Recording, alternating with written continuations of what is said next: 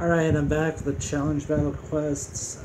Just give me a couple moments here. I'm going to put the podcast back on, but give me a few minutes and I'll be right back. Comes back to way back in the day when Nomura was talking about Kingdom Shader, which, you know, is something he doesn't really like mention anymore because it's not their engine anymore. But that same idea still holds, was that even back then, you know, the whole idea for Kingdom Hearts 3 was that each world was going to get its own special treatment in terms of material design and shaders, and to make sure that everything is rendered in a way that is faithful to the movie. So in the case of like the CG films, like it takes on more of a standard look because Unreal Engine 4's like default look kind of already looks like a CG movie. And then with like Pirates of the Caribbean, they tend it more towards realism. And then, you know, in the case of Winnie the Pooh, they try to make it more soft and 2D, and they add an outline to it. I think what's really interesting to me, and Churro, you might remember this from like a really old Nomura interview, is that back in the day when Nomura was talking about Kingdom Hearts 1, you know, you got to remember that at this time, you know, a lot of stylized games were coming out. You know, on Dreamcast, you had things like Jet Grind Radio, on Xbox Jet Set Radio Future. You know, a lot of like cell shaded games were coming out at that Especially time. Like Wind Waker too. Like Wind Waker, Wind Waker as well. And Nomura like specifically went out of his way to say, you know, we're specifically not doing cell shading, and this isn't cell shading what they're doing now. You know, what they have going on here, like the only thing that kind of feels like cell shading is the outline, but I just find it interesting that, you know, now that we're, you know, however many years later, 15-ish years later, that now it almost feels a little bit like he's kind of going back on that idea and like revisiting that and being like, well, maybe for Winnie the Pooh it makes sense. Which I can get that, because, you know, Winnie the Pooh is more of a childlike thing, and it originated as a storybook, so, you know, having that hand-drawn, or more hand-drawn feeling kind of adds to it, I think. Yeah, I think, like, in the case of, like, the screenshots, there's one screenshot specifically of Rabbit whispering into Sora's ear. I think that is the Winnie the Pooh world's best look so far, like in terms of like the art style, and I think it's mostly because it's not that washed out. And it's actually kind of dark. Like you can see a lot of shade. If you didn't to be a little less on the washed out side, it might work nicer. But I think overall it is nice, but yeah, there's just something about it that doesn't quite look right. I'm sure they're gonna adjust it again, like they've done. Yeah, there's still doing time. With other things. Yeah, there's still time for sure. The one thing I'm really excited for though is like the front of the cover of the book. Oh yeah, I can't wait to see. Love that. Like it was like the smallest thing that was in the game, but I love always the look of that book. That's like, I mean, at the end of the day, when it comes to Winnie the Pooh, like you have like Winnie the Pooh stuff. It's, you know, it's always optional. Yeah. But if you go through it, if you stick it out through that, you know, you gotta wait for the promise of that cover, because that cover is like the icing on the cake. Exactly. So doing it. There's one thing that I am a little bit worried about with Winnie the Pooh, and it's with regard to the spin of this Winnie the Pooh world. And I'm reminded of a SpongeBob meme when it comes to this. But okay, so basically, my issue comes from Sora being like, "Don't worry, Pooh. I'll be right here from now on." And he pokes his little heart, and I'm like, wait a second. Oh, I just have to get through them. Hasn't that been the lesson that Winnie the Pooh's been learning in all of the Winnie the Pooh world so far? And it just reminds me of that one SpongeBob episode where all the crowd looks at the old man, and they're like, "How many times do we have to keep teaching you this lesson, old man?" And he's like, "Oh, I love young people." That's how I feel about Winnie the Pooh. How many times do we have to keep teaching you this lesson, silly old bear? We have to... Like, we're here, okay? That was the lesson in Kingdom Hearts 1. And it seems that's something that always happened with the book. First it was torn pages, and the book gets scratched. Now and it gets scratched again. It's like, what's gonna happen? Like, is that all it is? Is it just that he forgot again? I don't know. Who knows? I think we're gonna be really sad. I was like, okay, Winnie the Pooh, you gotta stop. Yeah. So I'm just gonna be like cautiously optimistic and just think that maybe there's like a different kind of twist to it this time. But if it's just the same kind of story again, but with different events, like if the message is the same, but it just happens to be, you know, happening during Kingdom Hearts 3 times, I'm not going to be particularly happy about this world, and I'll kind of be, for the first time, disappointed by Winnie the Pooh world. But I'm hoping that there'll be a twist to it that I'm not expecting that'll take it in a slightly different direction. That's my hope.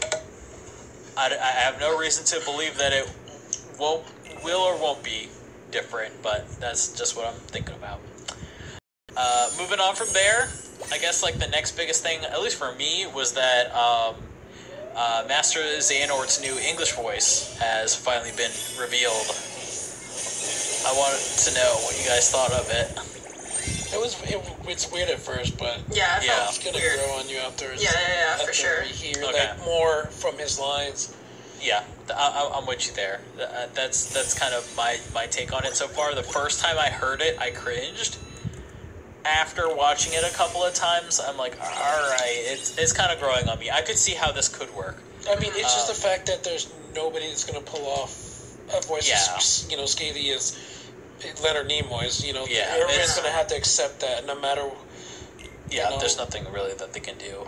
Yeah, no, his voice is just unique as it is, so there's really no one that can replicate that. So, but then I've been seeing a lot of people say that they've been hearing a little bit of Mark Hamill in it.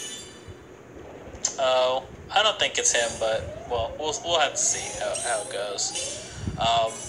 So in terms of Master Xehanort's English voice, I think having listened to it a few times now, I'm less concerned with the casting. I think the casting's good. I think he can do it. It's a little like it feels like Xehanort. It just feels like Xehanort, but not as intense, not as gravelly. Yeah, for me, it sounds like a younger Xehanort. Yeah, exactly. Exactly. He actually sounds younger, which most likely is the case. I seriously doubt they got another like 90-year-old person to do the voice. But yeah, that's one thing. I would say the other thing, and this is more of a concern of the whole trailer. Not really with on the main character side, but mostly on the villain side. A lot of bad line delivery in this trailer. Specifically, there's Terra Xehanort in his little line. I forget what it was, but he was like yelling at Lingering Will. Who are you? Yeah, who are you? And it's like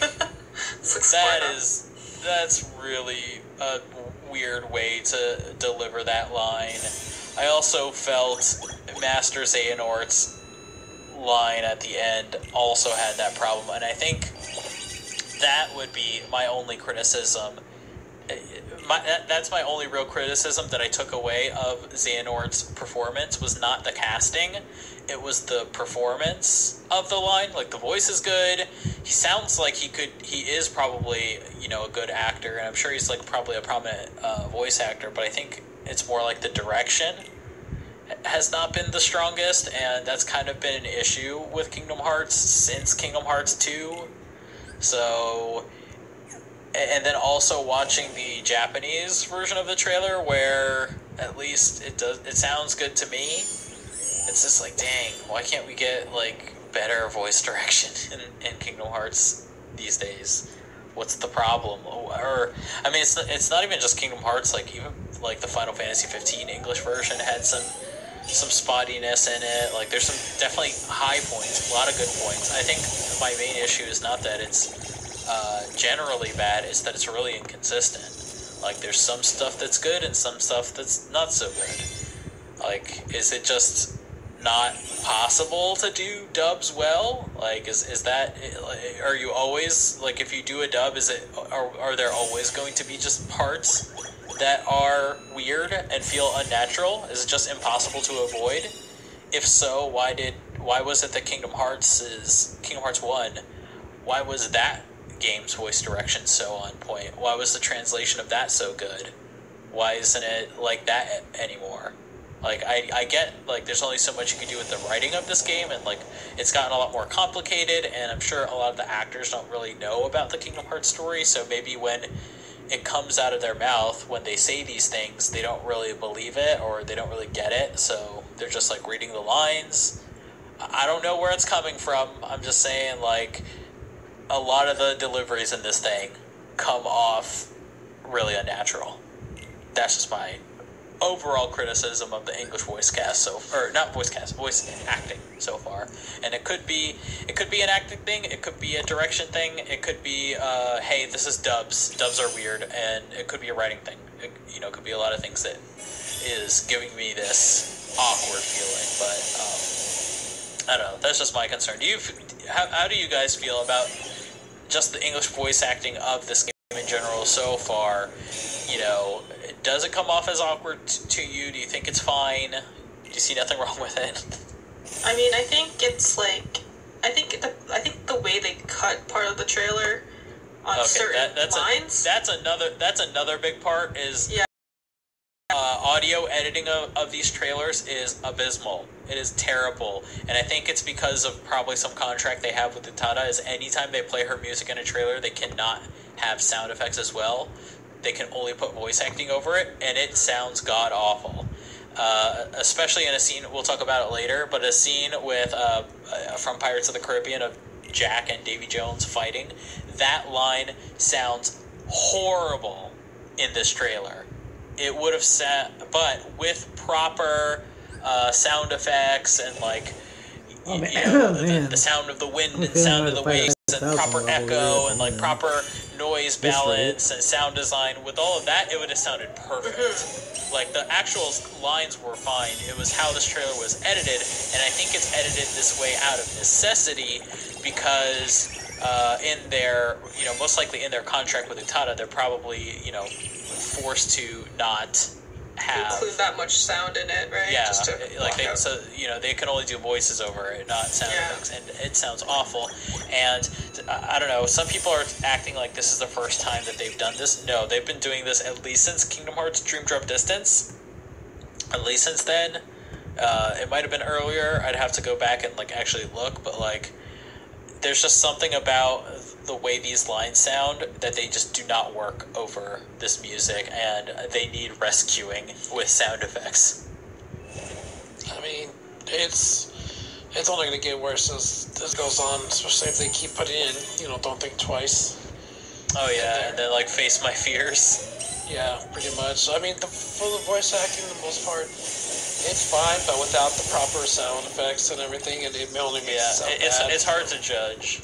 It's really hard to. I mean, some lines come out as really awkwardy and dorky, but majority of the time, to me, it sounds fine. Yeah, I'd say so too. And I'd say also, I was really worried about Haley Joel Osment's performance in this, especially since it's been a while since he's done a big Sora role. And the more of these trailers that come out, the more confident I feel in his performance. He sounds really good. Yeah, he sounds much better. Yeah, lately in pretty much every delivery that I've heard of him, it sounds good. So I'm really excited for that. I've never had issue with David Gallagher ever. He's always been perfect. Yeah, he's great. No concerns with him. He's always very solid, very consistent. Alison Stoner, she has her moments where it's a little bit too much. I would say in 0.2, she was good, but she had a couple of lines that were maybe a little bit too, cartoony for Kairi. Kairi's kind of, I mean, part of it's the writing. She's written to be a little bit more goofy in 0.2, but I think also the performance was a little bit too exaggerated in some places. But that was probably just a quick recording. So is it confirmed that it's her now? It's her. Oh, okay. I think it was there might have been like something on her Instagram or something, or Snapchat or something, where I see. she may have been there recording.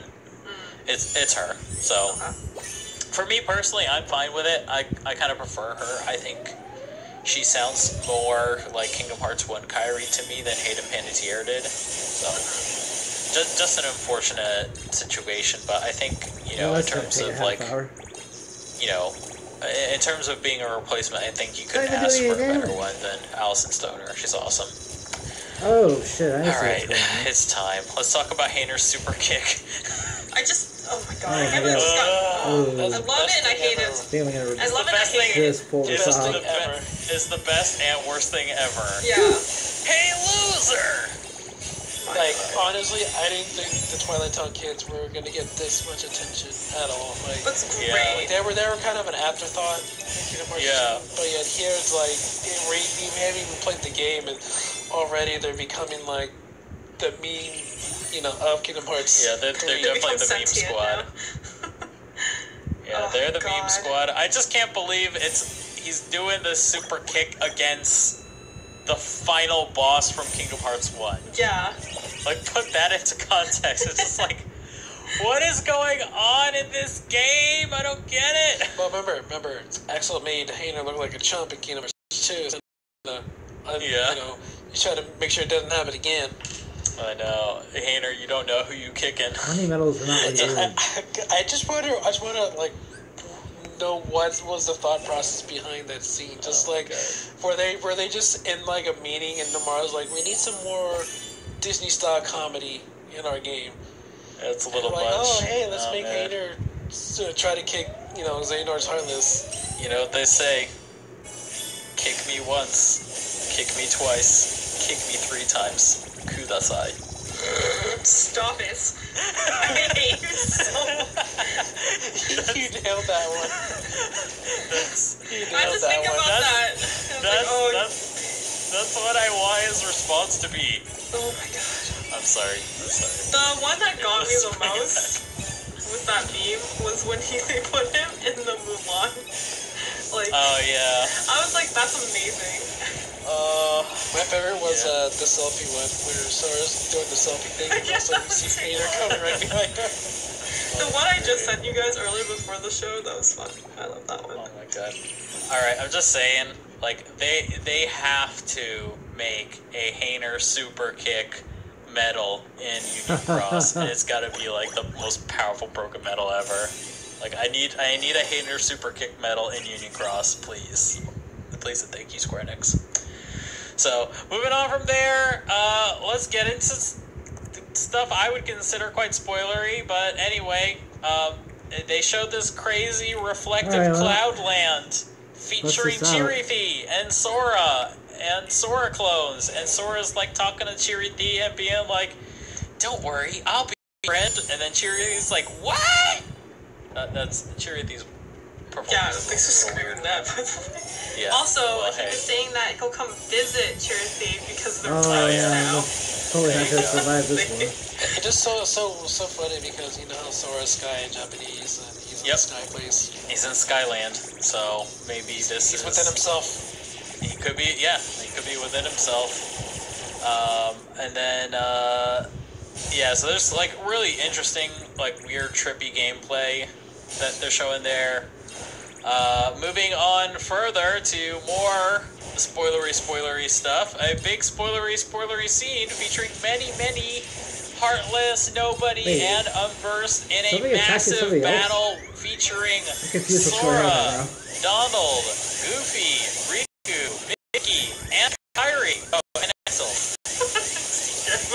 So if you count that, that's Sora 1, Donald 2, Goofy 3, Riku 4, Mickey 5, Axel 6, Kairi 7. Hey, that's 7 characters that are on the light side. Oh, remember the whole 7 lights thing? Oh, remember the fact that they didn't say they all had to be Keyblade wielders? Oh yeah. Maybe those are the 7 lights, I don't know. Wow, nice theory there. You're so just throwing it out there. Just throwing it out there. I'm just saying. So, yeah, and then the last shot of that was basically the camera rotating around Sora, Donald, and Goofy, and then what's really neat is that right as they cut... Well, I just blew through all those pretty fast. Alright, well, thanks for watching. I thought that was going to be a little more challenging than that, but whatever. Alright, take care. Bye.